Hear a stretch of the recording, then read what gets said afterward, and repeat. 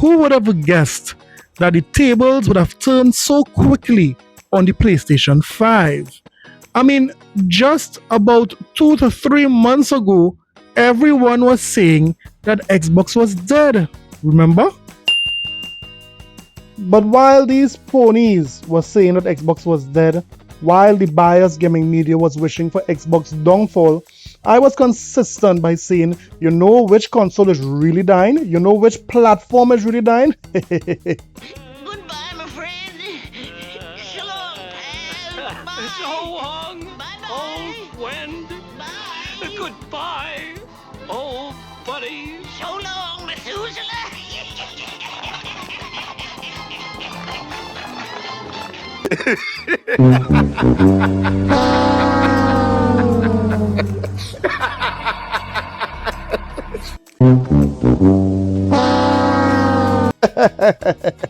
And I've said it before and I will say it again. Asha Sharma is crushing it. Yes, and this time she might be crushing the final boss.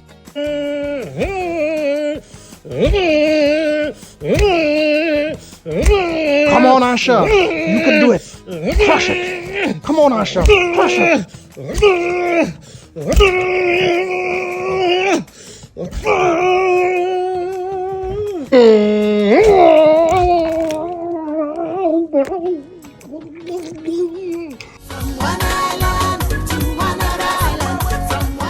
This is a sickness! Let's get it. I know you guys love that final boss clip. So do your boy a favor and hit the like and subscribe button today. I'm trying to grow the channel to 5,000 subscribers before the end of the year. So it will just take a second. Smash that subscribe button. Now let's get back to the video. Now, Asha is crushing it so much that I don't even have time to talk about the revised Xbox ROG Ally X X20. I mean, this is looking clean, guys. Just look at this. Look at this beast. And if you thought the last version was a beast, I mean, this little upgrade here is even better. So this here is, a 7.4 FHD screen, 1080p, 120 Hz, OLED, gaming handheld with up to 24 gigs of RAM and 1 terabyte SSD, and it starts at $1,300. Now you can place an order for this on October the 15th, and you know persons are just going crazy for this particular version of the Xbox ROG Ally X20 Atomic Bomb. So I can't even elaborate on how this is going to, continue to push PC handheld going forward. Crazy, right? Now, I can't even begin to talk about the new Xbox Series X25, and the official price for this limited edition is $899. I can't even begin to talk about why everyone can't wait to buy this console. Damn, what is that, bro? And I know what some of you ponies are going to say, Cap, no one wants to buy an Xbox. Are you sure about that? Are you sure about that? You see, the time is right for Xbox to capitalize on all the bad decisions that Sony is making. Today you would see how Xbox would have done that. But outside of Xbox capitalizing on Sony's dumb decision, notice what we would have been seeing here with the PlayStation 5 Pro. I always said that when the PlayStation 5 Pro comes out, it should always be able to outperform the Xbox Series X in every single game, in every single metric. I said that if at one point in time the Xbox Series X is able to outperform the PlayStation 5 Pro, that is a major L for Sony and all the ponies that capped for the PlayStation 5 Pro. But guess what? We have seen it again. The Xbox Series X, a 5-year-old console, has outperformed the PlayStation 5 Pro with a brand new title. Take a look at PlayStation this. 5, PS5 Pro, and Series X and S today. What is the best way to play on console while also factoring in a toggle for 60 FPS performance? Secondly, what's the advantage of using PS5 Pro's extra option for PSSR upscaling? I'm sorry, Mr. Whitaker, I couldn't hear you. What did you say? I said, God help me. Of all the consoles, Series X is easily the most performant here.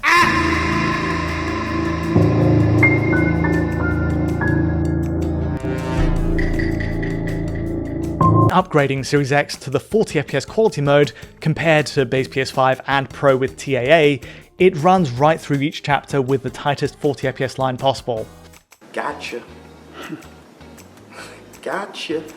The precise reason for this X lead isn't entirely clear either. Close comparisons show an identical 1260p resolution to base PS5 with matching settings, and yet we're seeing a better optimized result in every scenario.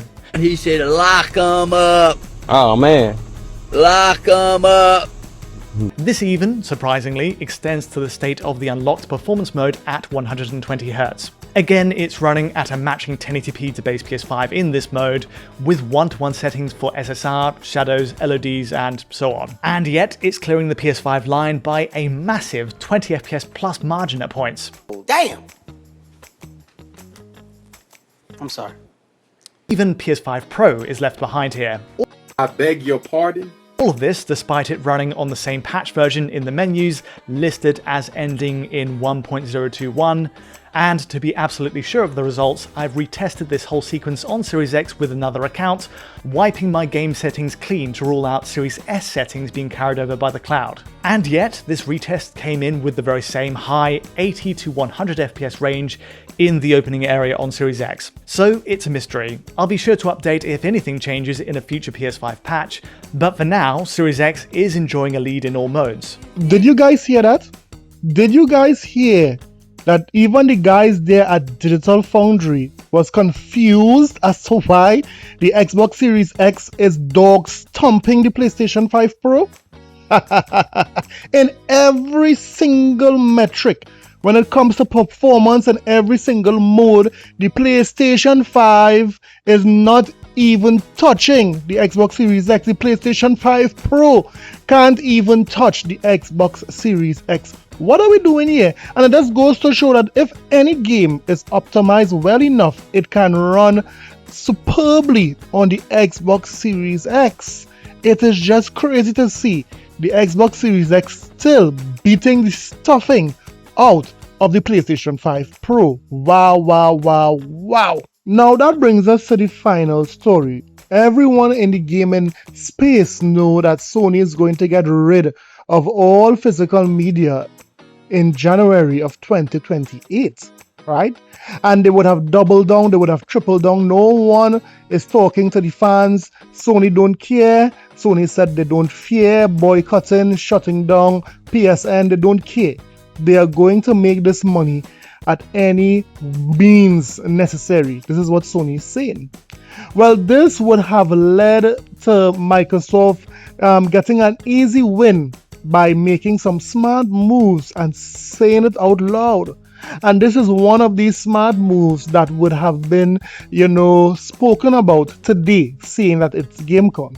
Listen to what is happening here. Today we're announcing we're bringing a new feature to bring all of the benefits and the flexibility of digital to players who have physical games. Many players, some have bought physical discs, some have bought their games digitally, and many of these games work across multiple generations. And even as technology changes and formats change, your library shouldn't. So most Xbox One and Xbox Series X titles support this. So all you have to do is just put the disc into your console. You'll be prompted to redeem a digital license, and that digital license will be tied to your account. And so now you get all of the benefits of digital. So you don't have to put the disc into your console to play the game. If the game supports Xbox Play Anywhere, you can easily play it across multiple screens. And you can even do things like cloud streaming, which you never were able to do previously from a physical disc. We at Xbox are happy to announce that next week, Xbox users will be able to start using the disc-to-digital feature, allowing the user to obtain a permanent digital license of their game after inserting their disc in their console. Oh my gosh! Asha Sharma is the GOAT! She is cooking PlayStation so hard right now. Literally just a few days ago, PlayStation emailed their player base and said they don't actually own their games. Yes, we want to give players flexibility to play games the way they want to play them. And that's all that players wanted. When you take away physical media altogether, you're taking away the option to play physically, and you're hurting gamers' rights in the secondary physical market. Now, with this latest change, instead of buying Doom the Dark Ages digitally on Xbox for $70, I can just head on over to GameStop and buy it physically for $45 instead. And I'll have a physical copy and a digital license. This is a huge W for Xbox.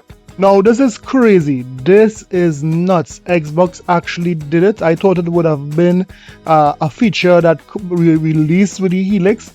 However, it is very clear that Xbox is not playing, because the mere fact that, guess what, you can take your physical games and convert it to digital and have that license, and that license is tied to your gamer tag. It is just beautiful, because think about it. Here we have Sony is saying they don't care about physical media, but Microsoft is saying we care about your physical media, and a matter of fact, we want to preserve it in the cloud. I mean, that is just a win-win scenario I could see here.